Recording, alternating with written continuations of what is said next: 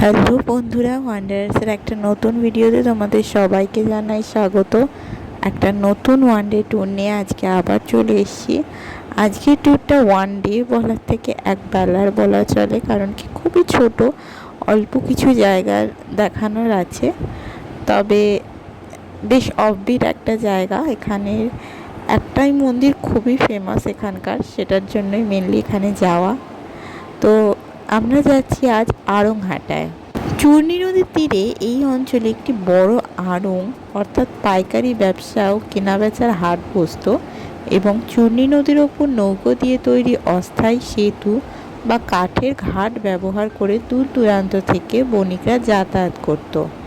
এই আড়ং এবং ঘাট শব্দ দুটো মিলেই স্থানটির নাম হয় আড়ংঘাটা। ঐতিহাসিকভাবে এই জনপদটি নদিয়া রাজ মহারাজা কৃষ্ণচন্দ্র রায়ের শাসনকালের সাথে নিবিড়ভাবে জড়িত। আড়ংহাটার ইতিহাস তো জানলাম।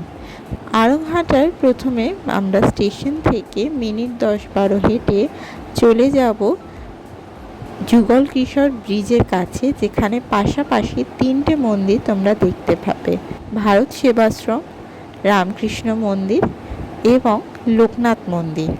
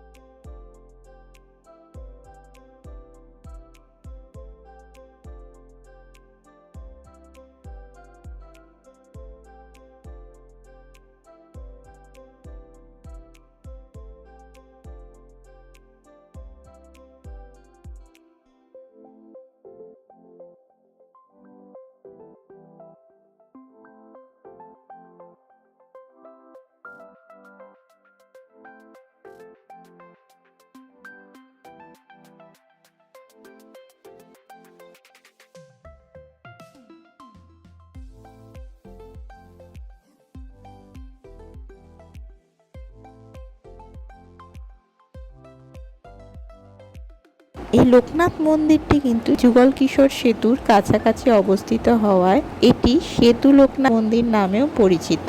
এই লোকনাথ মন্দিরটিও কিন্তু বেশ বিখ্যাত এখানকার। এর পাশেই আছে যুগল কিশোর সেতু।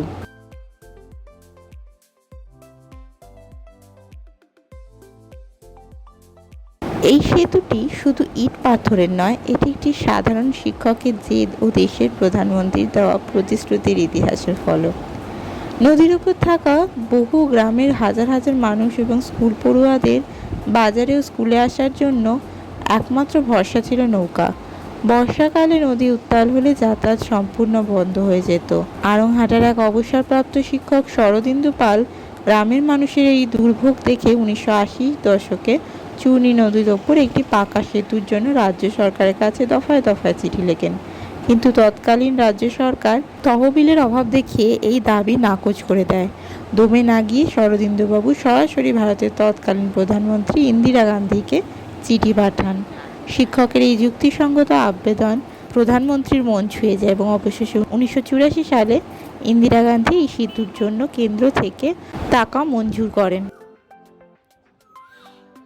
ব্রিজের থেকে আরও মিনিট 10 হাঁটলে যুগল কিশোর মন্দিরটি। এই মন্দিরটি আমরা যখন গিয়েছিলাম তখন বন্ধ ছিল, তাই আমরা এই মন্দিরটি দেখে আগে পরবর্তী গন্তব্য কৃষ্ণা ফরেস্টে ঘুরে আসব এবং তারপর তোমাদের আবার বিগ্রহ দর্শন করাবো বিকেলবেলায় 4টের সময়। 1টার সময় কিন্তু মন্দির বন্ধ হয়ে যায়। তার আগে জেনে নিই এখানকার ইতিহাস। 1728 খ্রিস্টাব্দে নদিয়া রাজ মহারাজা কৃষ্ণচন্দ্র রায়ের কর্তৃক প্রতিষ্ঠিত আড়ংঘাটার যুগল কিশোর মন্দির বাংলার বৈষ্ণব সংস্কৃতি ও ইতিহাসের অনন্য প্রাচীন পীঠস্থান। সমতল ছাদ বিশিষ্ট ঐতিহ্যবাহী দালান স্থাপত্য রীতিকে নির্মিত এই মন্দিরের ঐতিহাসিক গুরুত্ব জড়িয়ে রয়েছে একটি অলৌকিক জনশ্রুতির সাথে। কথিত আছে তৎকালীন সাম্প্রদায়িক সংঘাত থেকে রক্ষা করতে শ্রীকৃষ্ণের মূল বিগ্রহটি বৃন্দাবন থেকে এখানে নিয়ে আসা হয়েছিল এবং পরবর্তীতে রাজা কৃষ্ণচন্দ্র স্বয়ং অলৌকিক স্বপ্নাদেশ পেয়ে স্থানীয় মাটি খুঁড়ে রাধারানীর বিগ্রহটি উদ্ধার করে কৃষ্ণের পাশে স্থাপন করেন। তাদের যুগল কিশোর নাম দেন। জ্যৈষ্ঠ মাসে কিশোর ও রায় কিশোরীর এই দিব্য মিলনকে উদযাপন করতেই মূলত এই মিলন মেলা সূচনাও হয়, যার উল্লেখ আছে পথের পাঁচালীর অপুর মা সর্বজয়া আড়ংঘাটার মেলায় আসার কাহিনীর মধ্যেও।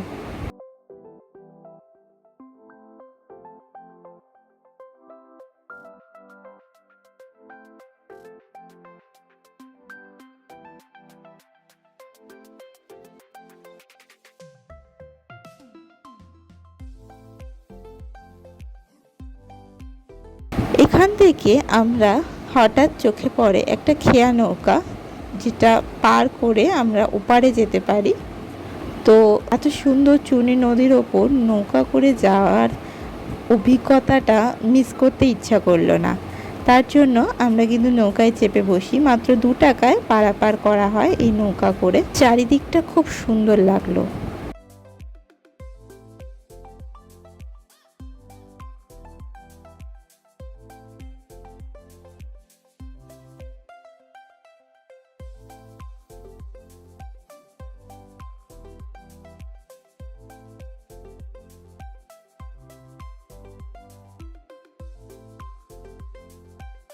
এখান থেকে টোটো করে আমরা কিসমা ফরেস্টের উদ্দেশ্যে রওনা দিলাম। খুব দূর না, 1.5 কিলোমিটার দূর এই যুগলকিশোর ব্রিজ থেকে।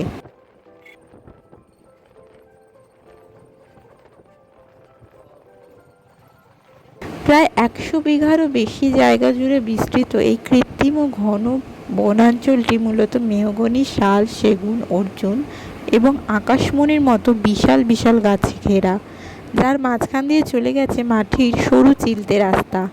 লোকালয়ের কোলাহল থেকে দূরে সম্পূর্ণ শান্ত এই জঙ্গলে কান পাতলেই শোনা যায় হরেক রকম পাখির ডাক এবং কাঠবিড়ালির আনাগোনা, যা বন্য প্রাণী ও পাখি প্রেমীদের জন্য আদর্শ পরিবেশ তৈরি করে। তবে সুরক্ষার জন্য এখানে দল বেঁধে আসা এবং সন্ধ্যের আগে ফিরে যাওয়াই বুদ্ধিমানের কাজ।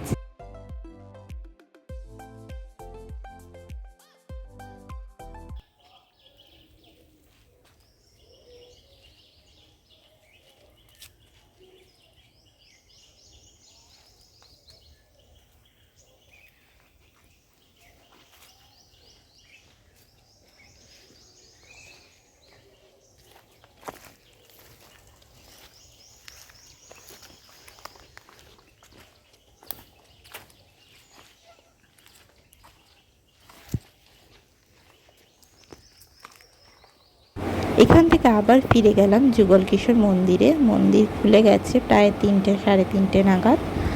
আর লোকবিশ্বাস অনুযায়ী জ্যৈষ্ঠ মাসে এই মন্দিরে এসে যুগল বিগ্রহ দর্শন করলে নারীদের এই জন্মে এবং পরজন্মে বৈধব্য যন্ত্রণা বা স্বামী বিচ্ছেদের কষ্ট ভোগ করতে হয় না। এই গভীর বিশ্বাসেই দূর দূরান্ত থেকে লাখো ভক্ত পুণ্যার্থী, বিশেষ করে মহিলারা এই মেলায় ছুটে আসেন। অনেকের কাছে বর্তমান সোশ্যাল মিডিয়ায় জামাই মেলা নামে পরিচিত হলেও এই নামটি স্থানীয় লোকেদের কিন্তু একদমই পছন্দ না, কারণ এতে ঐতিহাসিক গুরুত্বটা কিন্তু একটু হলেও লোপ পায়। তো চলো গাইস, আজকে আমাদের ভিডিওটা শেষ করলাম এখানেই। মানে বেসিক্যালি আজকে পুরো ম্যাসাকার হয়েছে।